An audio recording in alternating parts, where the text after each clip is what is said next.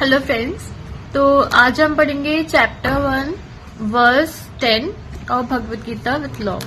तो इसमें बताया गया है कि दुर्योधन जब बोल रहे थे कि भीष्म पितामह उनके सेनापति बनेंगे, तो उनको वो बहुत डिस्क्रिमिनेट कर रहे थे। भीम जो पांडवों के सेनापति थे उनको डिस्क्रिमिनेट कर रहे थे। तो इसमें ये बताया, तो अकॉर्डिंग टू लॉ इसमें ये बताया गया है कि आपको हमेशा इक्वालिटी बिफोर लॉ होनी चाहिए। There must be equal protection of law. आप किसी को डिस्क्रिमिनेट नहीं करेंगे इस बेसिस पे कि वो माइनॉरिटी में, कि वो लोग माइनॉरिटी में है या उनका या वो कोई इतनी ज़्यादा अच्छी क्वालिफिकेशन नहीं रखते हैं। अगर आपसे कोई युद्ध कर रहा है तो आप उसको इक्वली ट्रीट करेंगे, और दुर्योधन ने इक्वली ट्रीट नहीं किया था। उसने भीष्म पितामह को ज़्यादा बताते हुए भीम को कुछ नहीं समझा था, और इसलिए और इस श्लोक में ये भी बताया, इस वर्स में ये भी बताया गया है कि क्योंकि भीष्म दुर्योधन को इस बात का प्राउड था कि क्योंकि भीष्म उनसे ज्यादा उत्कृष्ट सेनापति हैं तो वही विश्व युद्ध में विजयी होंगे।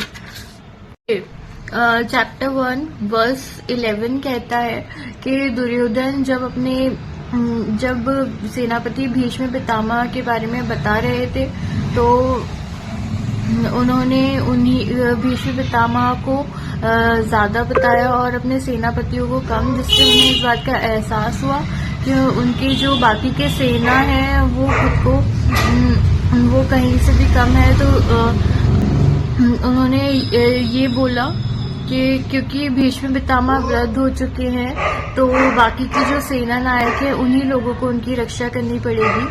और इससे हमें ये पता चलता है कि देयर मस्ट बी हायरार्की और इंस्टीट्यूशनल डिसिप्लिन होना चाहिए। हर व्यक्ति को पता होना चाहिए कि उनको करना क्या है, और वो रिस्पॉन्सिबल होने चाहिए। Collective doctrine of collective responsibility, और there must be protection of key institutions like judicial independence, rule of law and constitutional values.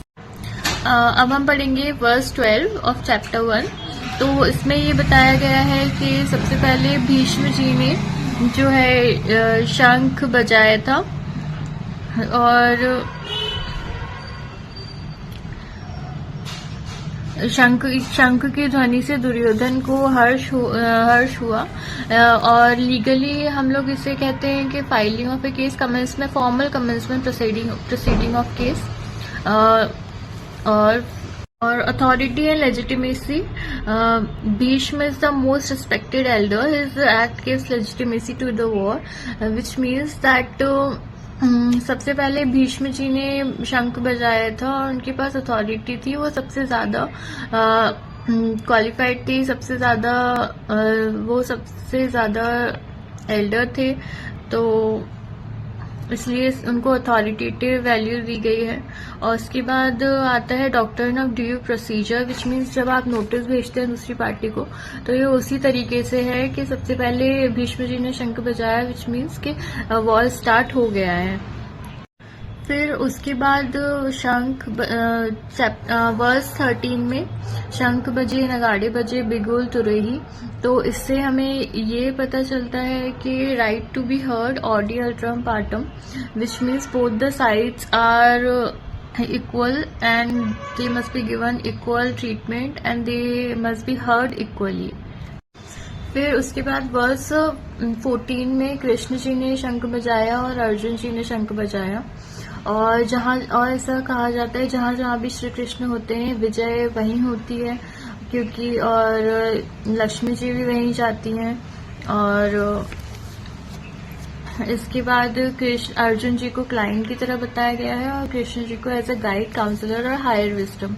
तो उनके पास just doctrine of just cause, जिसका मतलब ये होता है कि आपके पास आप जस्टिस की साइड है, आप फेयरनेस की साइड है और आपके पास लीगल मेरिट है और तभी आपकी जीत हो सकती है। तो इस केस में कृष्ण जी और अर्जुन के पास जस्ट कॉज था, जस्टिस था, लीगल मेरिट था, जिसकी वजह से उन्हीं की जीत होनी निश्चित थी।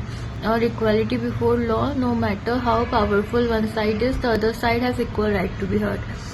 जरूर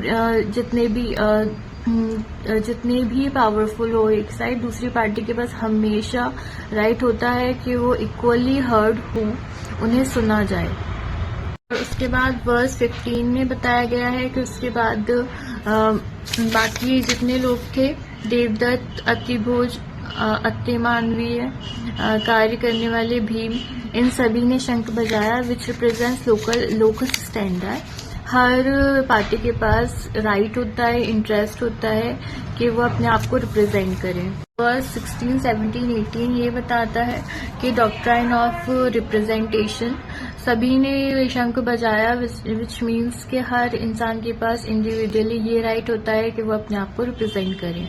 और फिर आता है वर्स 19। वर्स 19 में ये कहा गया है कि जब अर्जुन और श्री कृष्ण और इन सब ने शंख बजाए, तब धृतराष्ट्र के मन में विदर्ण मतलब कॉन्फिडेंस उनका चला गया था, विच मीन्स कि कॉन्सिक्वेंस ऑफ अनजस्ट पोजीशन। अगर आप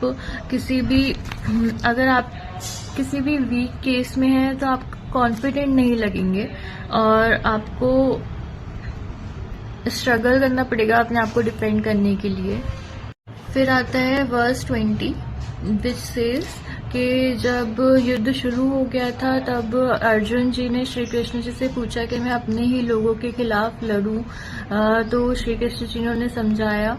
और विच मीन्स कि आप जो मॉरल कन्फ्लिक्ट होता है, एथिकल कन्फ्लिक्ट होता है लॉ में, और आपकी प्रोफेशनल ड्यूटी, आपके मॉरल कन्फ्लिक्ट, आप मॉरल्स के बिना प्रोफेशनल ड्यूटी नहीं हो सकती और लीगल राइट के बिना एथिकल कंसर्न नहीं हो सकता। और doctrine of informed decision, no action without legal advice with clarity. तो इसमें यही बताया गया है। Okay, thank you.